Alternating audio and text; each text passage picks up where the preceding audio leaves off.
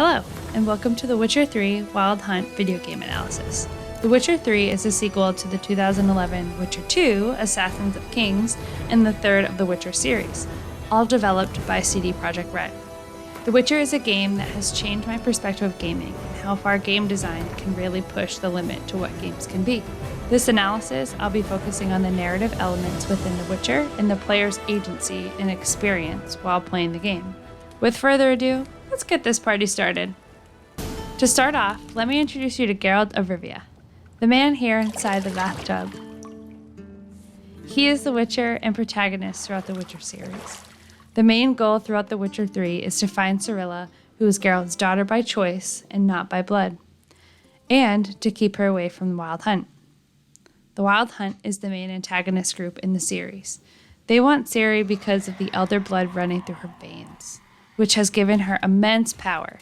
They believe that harnessing Ciri's natural power, they can move all their people into Geralt's world and take over. Within The Witcher 3, the game allows the player to enter the role of both Geralt and Ciri. Now, this is a very simplified and high-level version of the goal. As you will quickly learn within this game, there are many other objectives and conflicts that get in your way throughout your journey. Your main quest can turn into secondary quests quickly, which will land you in random villages in the middle of nowhere. And you can find yourself helping a villager whose house was caught on fire by a local drunk, or completing a Witcher contract to kill a local monster. This leads me to how this game is a large open-world action-adventure RPG. You are adventuring throughout this large, vast world that is filled with thousands of activities, problems to solve, monsters to kill, and yes, even drunken parties to attend. I've built up a pretty powerful resistance. The game has one overarching map that showcases the continent with multiple maps within it.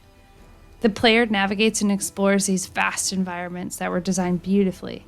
Each individual map is so large, it gives you the feeling each map is its own game. What The Witcher does well is how the maps are consistent across all. It might feel intimidating at first, but once you are a few hours in, navigating through the different maps feels like second nature. The games provide fast travel options as you encounter new villages and open new parts of the map. Fast traveling is one of the best features in this game because of the breadth of landscape the player has to access. You can walk, you can run, you can ride roach, you can swim, or you could even ride a boat. Throughout all of those different areas of the map, you have so many options on how to get around. The Witcher from the outside could seem to be just an action-based game, where you're constantly just fighting off enemies and battling monsters, which there is plenty of that every corner you turn. But you are also surrounded by a great deal of narrative that is leading you through the main story. The main goal might be finding Ciri, but Geralt isn't the sole person connected to finding her and keeping her away from the hunt. For example, Vesemir, who is the oldest and most experienced Witcher, acts as a mentor not only to Geralt but also to Ciri. His part within the story is crucial in Geralt's journey. Yennefer, also mentioned very early on, has a long history with Geralt. She is a mage who is also one of the main characters helping to find Ciri. Yennefer and Geralt's story in this game is a great example of how your choice matters and can impact relationships and partnerships.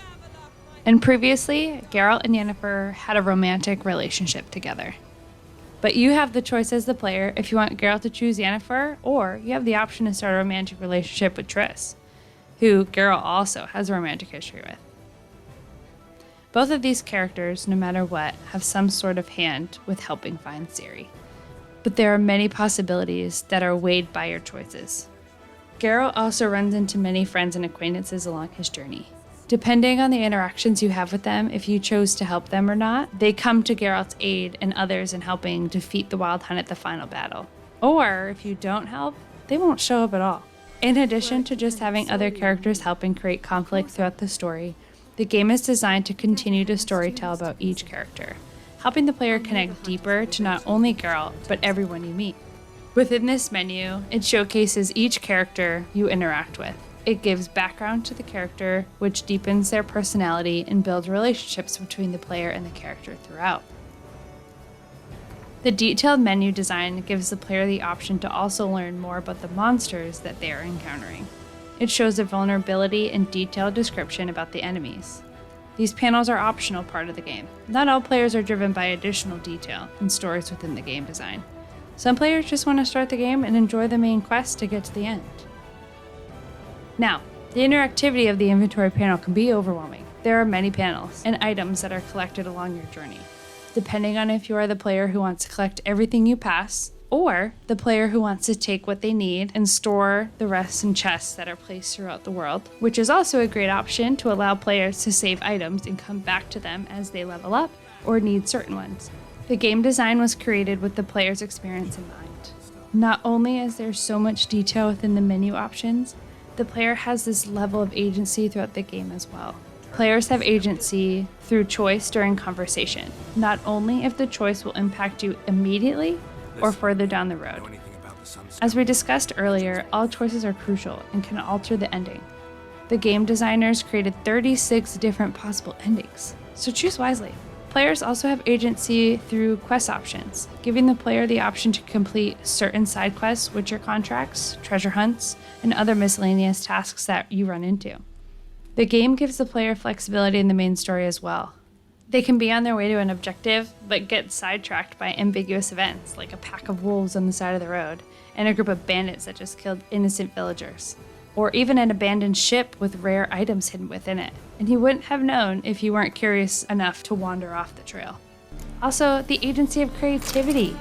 You might not have the ability to create your own character like some open world games, but you have choices of crafting different armor and weapons, as well as hairstyles to freshen up Geralt's long hair and scruffy beard. Look at those hairstyles. With hundreds of hours played in a playthrough, The Witcher is more than just one game. The Witcher has layers after layers of content, keeping the gameplay fresh and appealing. It gives the player constant conflict to manage. Each accomplishment is threaded together one way or another, making the player feel invested in their actions throughout the game and wanting to accomplish more tasks to get a different result. But there is an actual game inside of this game that is not only completely separate from the main storyline, but can be played without even engaging with the main story. And that is the amazing creation of Gwent. Gwent is a card game within The Witcher. You can collect all the cards to build multiple types of decks. No matter where you land on the many maps, there is never a shortage of who wants to play around a Gwent with you. There are even secondary quests only to play Gwent to get you the ultimate achievement of Gwent Master. Well, there's a short rundown of The Witcher 3 Wild Hunt. If you are new to The Witcher completely, only know Geralt's story from the Netflix series, or have been a fan since the books were the only source of entering the Witcher world, this game provides an experience for every type of gamer out there. It has support for new gamers, the flexibility for story-driven gamers, and the narrow lens for the players who just want to beat up monsters and find Ciri. This game defines interactivity through each layer of detail. The amount of thought, time, and effort that went into this game is shown through the levels, challenges, character design, and especially the storytelling. There is not a moment that an interaction doesn't connect to a larger part of the story, or helps you along your journey in the future. I hope you enjoy The Witcher 3 if you end up playing. Thank you for watching, and keep on gaming.